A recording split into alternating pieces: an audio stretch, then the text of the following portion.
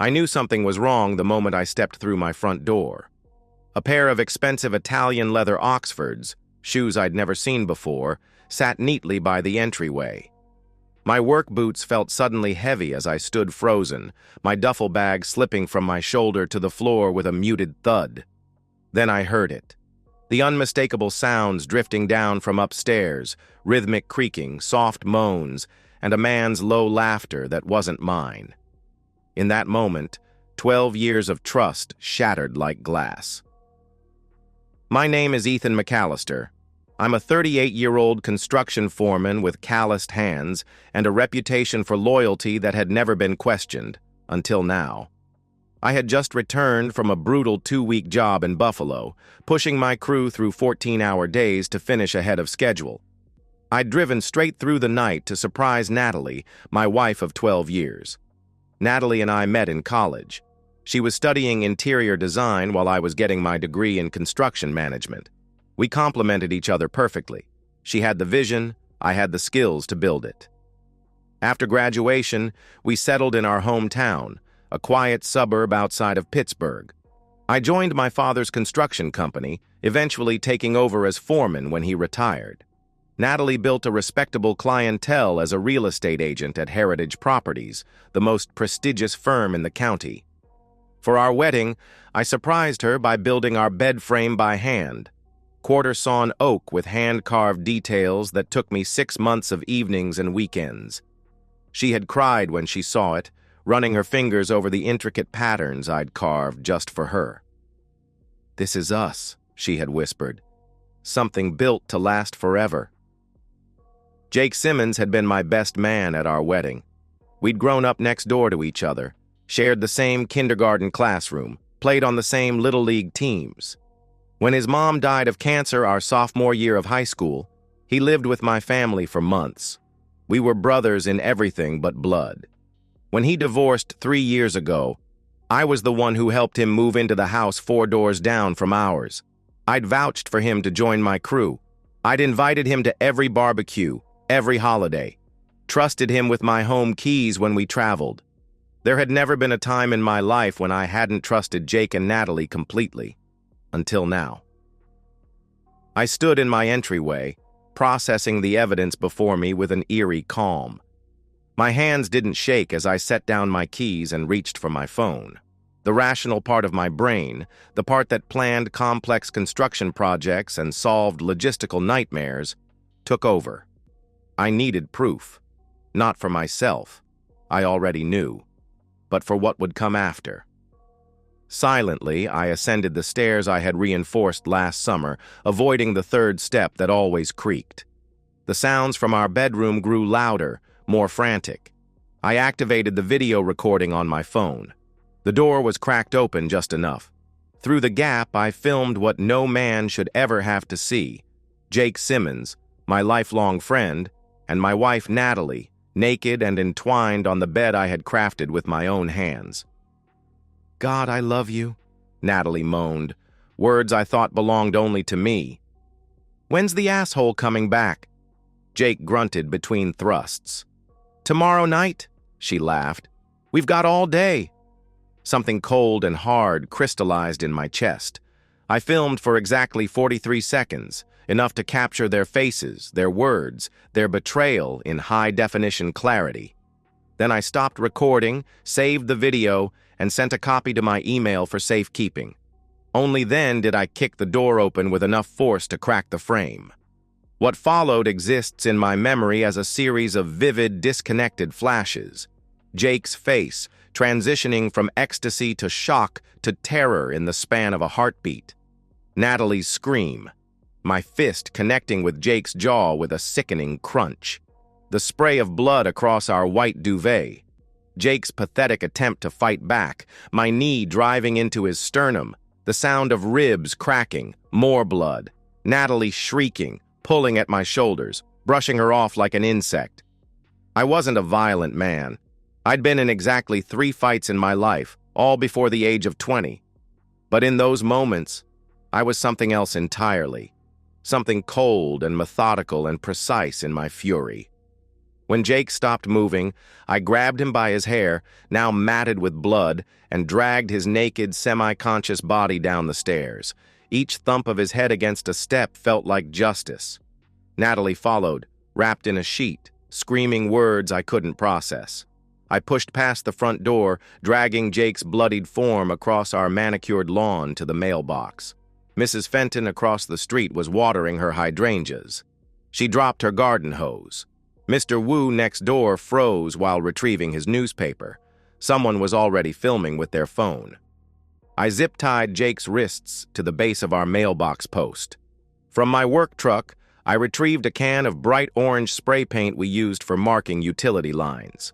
Across Jake's chest and torso, I painted 2 words in large, unmistakable letters: homewrecker and coward. Only then did I address the small crowd that had gathered. "This man," I said, my voice unnaturally steady, "has been f***ing my wife in my bed for months. While I was working 80-hour weeks to provide for my family, he was destroying it." I held up my phone, showing the video I had captured minutes earlier. "Anyone want a copy? Post it wherever you want. I don't care anymore." Several neighbors stepped forward with their phones, and I calmly transmitted the video via AirDrop.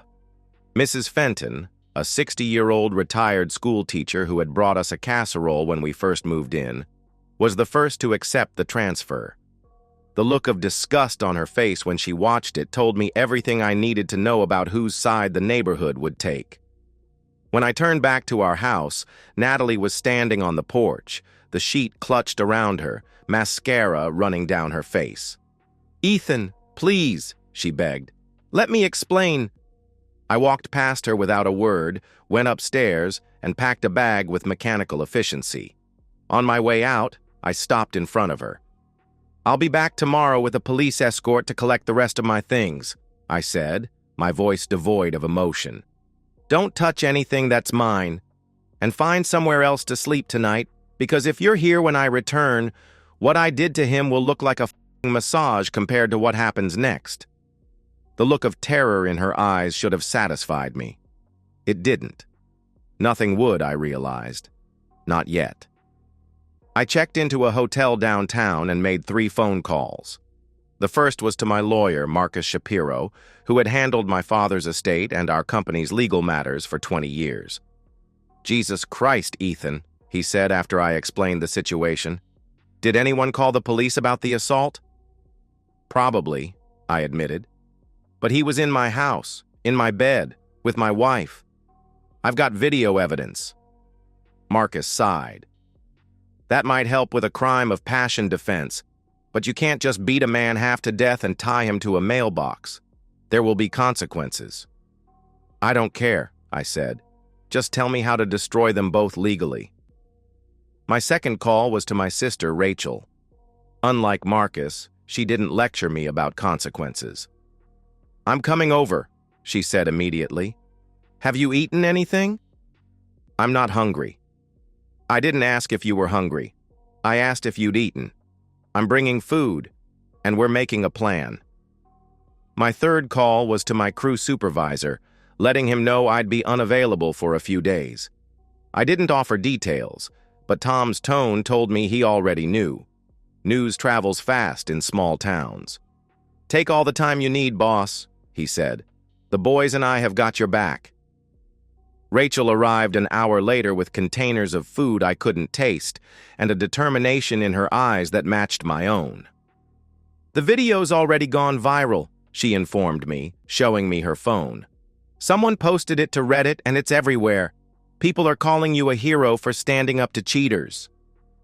I scrolled through comment after comment of support. Homecoming revenge was trending. My private humiliation had become public vindication. "I want them ruined," I told Rachel. "Not just embarrassed, destroyed." She nodded, her expression hardening. "Then let's get to work." The next week unfolded according to plan. Jake was hospitalized with 4 broken ribs, a shattered orbital socket, a broken jaw, and a concussion. When he was released, he returned home to find his house vandalized with the word "cheater" spray painted across his garage door. His car windows were smashed. Someone had mailed printouts of the bedroom video to his workplace. I filed for divorce immediately, citing adultery and including the video as evidence. Marcus advised me against pressing criminal charges against Jake for trespassing. It would complicate my defense if he pursued assault charges against me. But Jake never did. Perhaps he knew what public opinion would do to him if he tried to paint himself as a victim. Natalie attempted to call me 63 times in the first 3 days. I blocked her number. She sent emails begging for forgiveness, claiming it had been a mistake, a moment of weakness that turned into an addiction. I set up a filter to send her messages directly to a folder I never opened. Through mutual acquaintances, I learned she had been fired from Heritage Properties.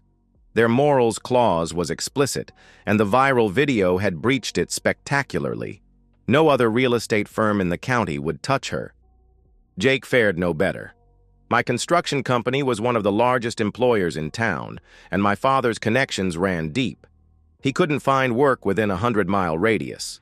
His face, permanently asymmetrical from the beating, became instantly recognizable. People crossed the street to avoid him. I maintained my silence and focused on the next phase of my plan. 3 weeks after D-Day, Discovery Day as Rachel had labeled it, I filed a civil suit against Jake for alienation of affection, a rarely used but still valid tort in our state. Marcus was dubious about our chances, but I insisted. It's not about winning, I explained. It's about forcing him to hire an expensive lawyer he can't afford. It's about making him sweat through depositions where he has to explain in excruciating detail how long he's been my wife. It's about draining whatever resources he has left. The suit did exactly that. Jake had to liquidate his 401k to pay his legal fees. He put his house on the market, but no one wanted to buy the cheater house that had been all over the news. Eventually, he accepted an offer for 30% below market value. Meanwhile, my divorce proceedings moved forward with brutal efficiency. Natalie's lawyer, a young, overwhelmed public defender, was no match for Marcus. The judge, a stern woman in her 60s, watched the bedroom video with thinned lips and narrowed eyes.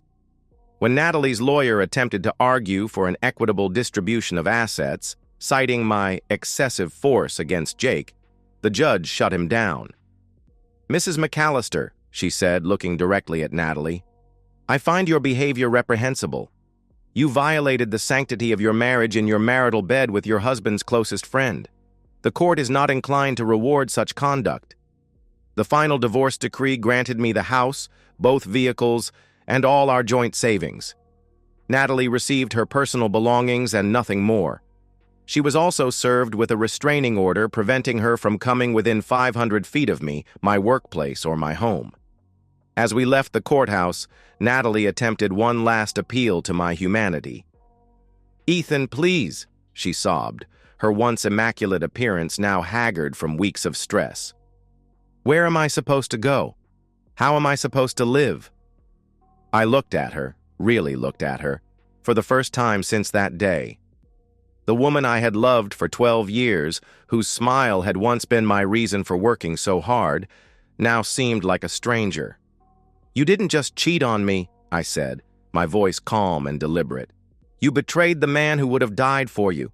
You lit the match. I just made sure the whole house burned down." I walked away without looking back.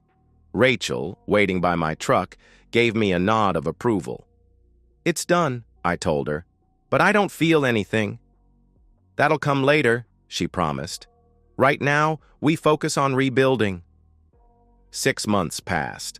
I sold our house, couldn't stand to sleep in that bedroom again, and bought a newer, larger place on the lake. I threw myself into work, taking on bigger projects and expanding the company into commercial construction. I started training for a marathon, running miles along the lakeshore each morning before dawn. Slowly, incrementally, I began to feel again. Not happiness exactly, but a kind of peace, a sense of justice served. Jake left town 3 months after the divorce was finalized. Last I heard, he was working construction in Idaho under a different name. his face still bearing the permanent reminder of his betrayal.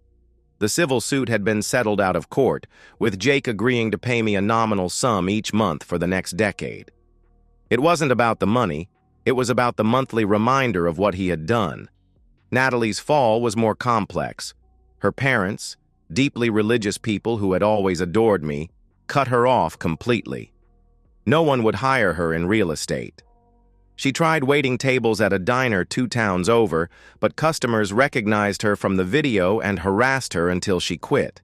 Her social media accounts became digital graveyards of desperate apologies and bitter accusations. Last Rachel heard, she was living with a cousin in Philadelphia, working night shifts at a gas station, her once perfect appearance diminished by stress and poverty. Sometimes I felt a twinge of guilt about the extent of her suffering. But then I would remember her words on that video. "When's the asshole coming back?" And the guilt would evaporate like morning dew under a harsh sun.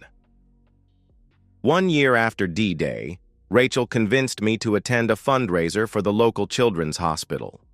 She had been trying to get me to socialize again for months, concerned that my self-imposed isolation was becoming unhealthy. "You've punished them," she argued. "Don't let them punish you too." At the event, I met Olivia Chen, a pediatric surgeon with quick wit and zero patience for small talk. When someone attempted to introduce us by mentioning the video, she shut them down immediately. "I'm sure Ethan has more interesting aspects to his personality than being cheated on," she said, then turned to me. "Tell me about the lake house you're renovating instead." We talked about architecture and construction for 2 hours. She didn't once ask about Natalie or Jake or the viral video that had defined the past year of my life. When I asked for her number at the end of the night, she gave me a considering look. "I should warn you," she said. "I have trust issues." For the first time in a year, I laughed. Really laughed. That makes 2 of us. Our first date was a kayaking trip on the lake. Our second was helping her move furniture into her new condo.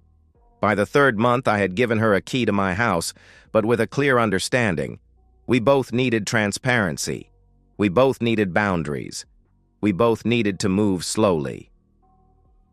2 years after D-Day, I received a letter forwarded through Marcus's office. I recognized Natalie's handwriting immediately and nearly threw it away unopened. But something, curiosity perhaps, or a need for final closure, made me read it.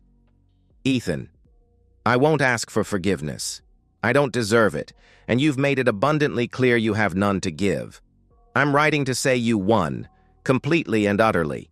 My life is unrecognizable from what it once was. I work 2 minimum wage jobs.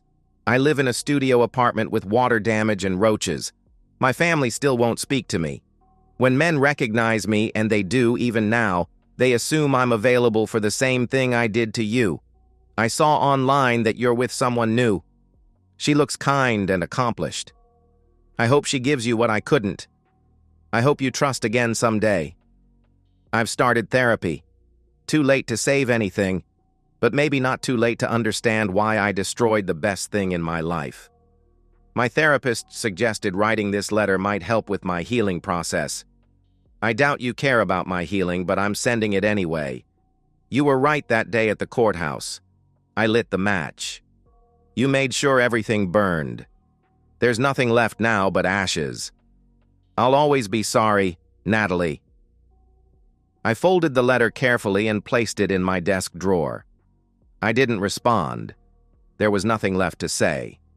That evening, as Olivia and I sat on my deck watching the sun set over the lake, she asked me a question that had been hovering between us for months. "Do you regret how far you took it? The revenge?" I considered my answer carefully. The revenge wasn't just about punishment. It was about justice, yes, but also about rebuilding. I couldn't rebuild with those ruins still standing. I needed to clear the ground completely. She nodded, her hand finding mine. "And now?" "Now I'm building something new," I said, squeezing her fingers gently. "Something stronger. Something with eyes wide open." We sat in comfortable silence as darkness fell over the water. In the reflection of the first evening stars, I could almost see the blueprint of a future I hadn't believed possible 2 years ago. Not perfect, not unmarked by the past, but solid, enduring, built to last. And so, we've reached the end of today's story. Was it what you expected, or did it take a twist you didn't see coming? I'm curious to hear your thoughts. Share them in the comments below, and let's get a conversation going. If this story kept you hooked, make sure to hit that like button. And if you're new here or just haven't subscribed yet, now's the perfect time to join our community. I bring you fresh, captivating stories every day, so click that subscribe button and turn on notifications so you never miss out. Thanks for watching, and I'll see you in the next one.